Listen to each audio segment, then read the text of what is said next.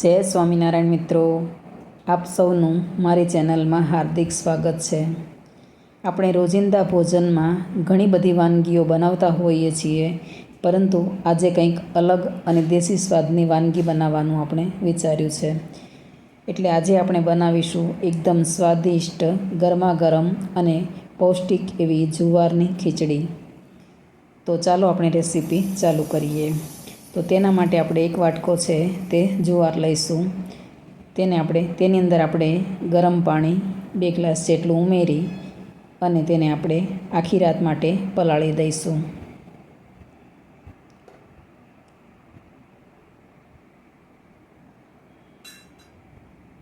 હવે તેનું ઢાંકણ આપણે બંધ કરી અને આપણે મૂકી દઈશું.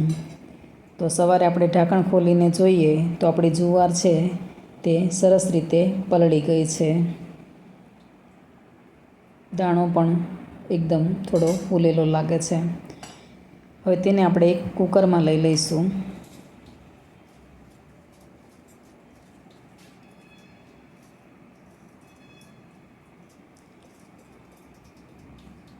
આ જુવારની ખીચડી છે તે ખાવામાં ખૂબ જ સરસ લાગે છે અને ઘરે સરળતાથી બનાવી શકાય છે.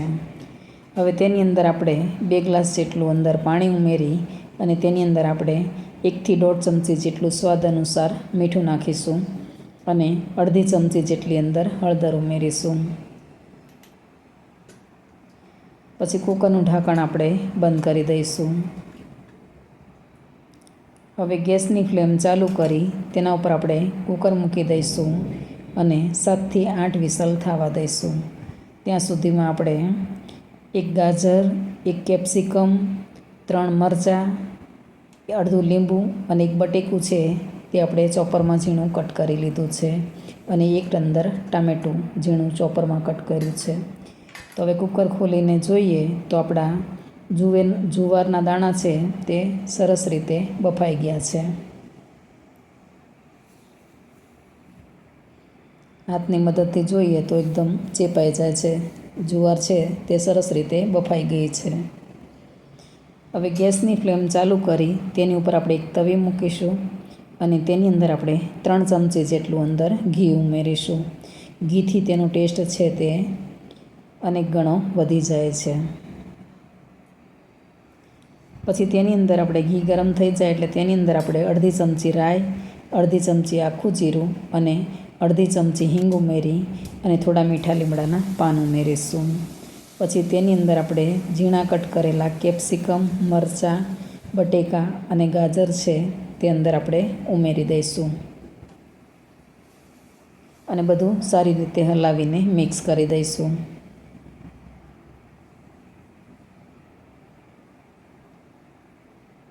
હવે તેની અંદર આપણે ઝીણું કટ કરેલું ટામેટું પણ અંદર ઉમેરી દઈશું અને બધું હલાવીને સારી રીતે મિક્સ કરી દઈશું. અને અડધી ચમચી અંદર આપણે શાકભાજી પ્રમાણે આપણે અડધી ચમચી જેટલું જ અંદર મીઠું ઉમેરીશું અને તેને સારી રીતે હલાવી લઈશું.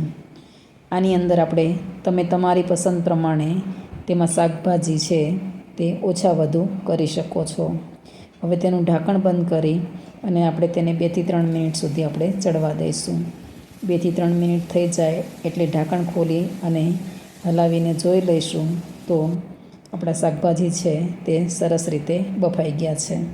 હવે તેની અંદર આપણે બાફેલી જુવાર છે તે અંદર ઉમેરી દઈશું.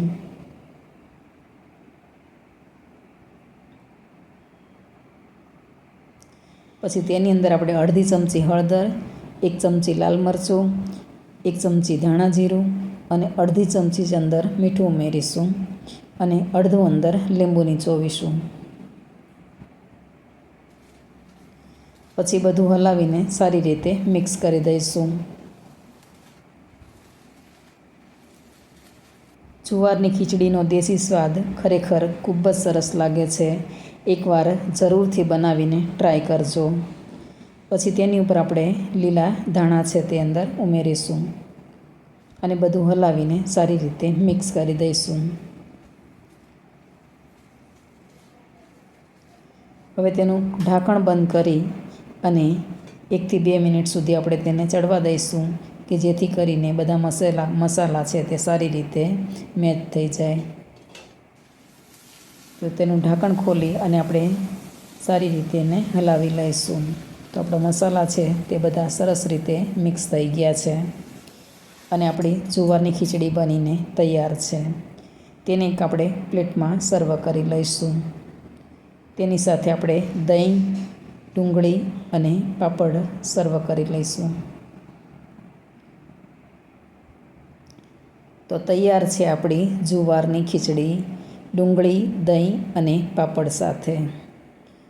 તો જો તમને આવી સરળ અને હેલ્ધી રેસીપીઓ ગમતી હોય તો વિડીયોને લાઈક કરજો, શેર કરજો અને મારી ચેનલને સબસ્ક્રાઈબ કરજો અને બેલ આઇકન દબાવવાનું ના ભૂલશો કે જેથી કરીને તમને પહેલાં નોટિફિકેશન મળે. તો ફરી મળીએ નવી રેસીપી સાથે. જય શ્રી કૃષ્ણ.